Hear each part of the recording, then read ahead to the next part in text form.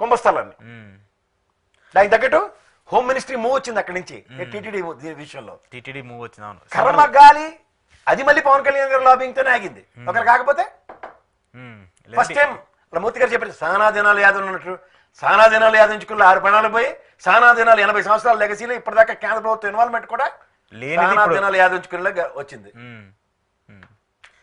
Central government university వచ్చినట్టయితే ఎత్తేసేవాళ్ళు ఈ పాటికి. అన్ని వేలు ఇటే చూపించారు.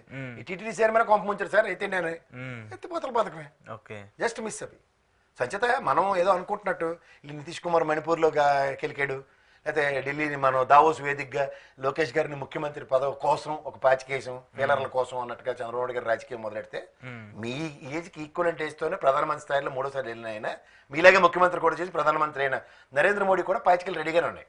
అందులో సదరన్ స్టేట్ లో బల్లిని తినడానికి రెడీగా ఉంటాడు పురుగుల్ని. వాళ్ళు చాలా వెయిట్ చేస్తున్నారు ఇక్కడ. అక్కడ ఈ ధరంపోవడ దీక్షలు అన్ని మర్చిపోయి రబ్బర్ పెట్టి చేరిపేశారు. మేము మనం బాయి బరంపురం కథలన్నీ ఎత్తేయాలంటే కుదరదు. కానీ ఇక్కడ జగన్మోహన్ రెడ్డి చాలా క్లియర్ గా బీజేపీతో డైరెక్ట్ ఇన్వాల్వ్మెంట్ లేకుండా ఆయన కూడా సేఫ్ గా ఉన్నట్టు అనుకోవచ్చు కదా. ఆయన ఉండట్లేండి ఈసారి ఎందుకు ఆయన ఢిల్లీ లాబింగ్ లో విజయసాయి రెడ్డి గారిని ఇంకొంచెం క్రియేట్ చేసి వచ్చి ఇదే ఆప్షన్ ఈ ఏవియేషన్ మినిస్టర్ తీసుకుని విజయసాయి రెడ్డిని ఉన్న అక్కడ కూర్చోబెట్టుంటే ఈ రోజు అసలు కథే వేరు. ఆయనకి ఏంటంటే ప్రత్యక్షంగా పరోక్షమైన సపోర్ట్ కాదు, డైరెక్ట్ ఇన్వాల్వ్మెంటే కావాలి. ఓకే, ఆ డైరెక్ట్ ఇన్వాల్వ్మెంట్ లో జగన్మోహన్ రెడ్డి సైడ్ నో. దానివల్ల పార్టీ డ్యామేజ్ అయ్యింది అనేది ఎందుకో అది ఉంటుంది. ఇప్పుడు రీజనల్ పార్టీస్ అందరూ ఒకేలా, ఇప్పుడు కేసీఆర్ గారి పార్టీ ఉంది, అక్కడ స్టాలిన్ గారి పార్టీ ఉంది, ఏఐడిఎంకే ఉంది, ఇవన్నీ బీజేపీతో ఎలా అయినా వాళ్ళని రూల్ ఏం లేదు కదా. రూల్ లేకపోతే sir without central government support తో లేదంటే నేషనల్ పార్టీ సపోర్ట్ తో లోకల్ పార్టీస్ కన్వే అయ్యే సిచ్యువేషన్స్ లేవు కదా ఇప్పుడు రాజకీయాల్లో. లేనప్పుడు ఏం చేయాలంటే ఎంఐఎం స్ట్రాటజీ ఆఫ్ చేయాలి. ఎంఐఎంఐ ఇప్పుడు పెద్ద కన్ఫ్యూజన్ లో పడిపోయిన పరిస్థితులు ఉన్నాయి. ఇప్పుడు కన్ఫ్యూజన్ మన కన్ఫ్యూజన్ మనం క్రియేట్ చేస్తారు వాళ్ళు. కేంద్ర ప్రభుత్వంలో ఎవరు ఉంటారో వాళ్ళతో అలానే బ్రహ్మాండంగా ముందుకెళ్తారు. ఈసారి వాళ్ళకి వచ్చిన టాస్క్ ఏంటంటే లాస్ట్ 10 years బట్టి కాంగ్రెస్ ఎక్కడ స్ట్రెంత్ ఉందో వెళ్ళి ఆమ్ ఆద్మీ పార్టీ వాళ్ళు నువ్వు కూడా వెళ్ళి నిలబడక్కడ ఓట్లని సీల్చి ఇదే టాస్క్ వాళ్ళకి. అది బీజేపీ కాంగ్రెస్ పార్టీ రానివ్వండి, వాళ్ళు మొత్తం హిందూ వాదాలను కూడా తిరగేసి కొడతారు వాళ్ళు. ఓకే, గతంలో లాంగ్వేజ్ మీకు జ్ఞాపకం మన అక్బరుద్దీన్ ఓవైసీ గారు అని ఇప్పుడు ఎందుకు లేవు చెప్పండి. సో అలాంటి ఈక్వేషన్స్ కూడా జరగబోతున్నాయి గ్యారంటీగా.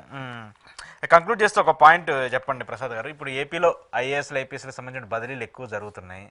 కొన్ని పవన్ కళ్యాణ్ గారి గోదావరి జిల్లాకు సంబంధించి కాకినాడ ఎస్పీగా ఒక కీలక వ్యక్తిని వేశారు, బిందు మాధవ్ గారు.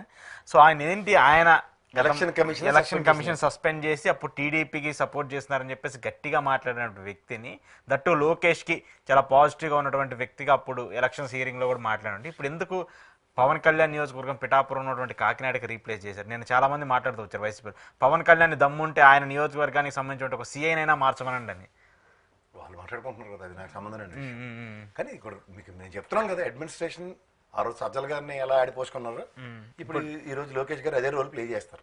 ఓవరాల్ గా without his presence and involvement nothing is moving. అన్నిట్లో ఆయన రోల్ ఉంటుంది. Is playing his best role.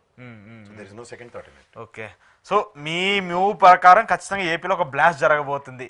Chances ఉన్నాయి, అంటే ఇటు నుంచి మూవ్ పడితే అటు నుంచి గ్యారంటీ మూవ్ ఉంటుంది. ఇక్కడ నుంచి టీడీపీ పవన్ కళ్యాణ్ గారి స్ట్రాటజీ ఇస్ వెరీ క్లియర్. మీరు 10 ఏళ్ళు ముఖ్యమంత్రి అయితే let me learn my politics అన్నట్టున్నాడు చంద్రబాబు గారికి. ఈయన ఆగినట్టు ఆ బీజేపీ వాళ్ళు అయితే ఆగరు. బీజేపీ ఉపద్రవం ఎప్పుడైనా సరే ఇన్వర్టబుల్లే.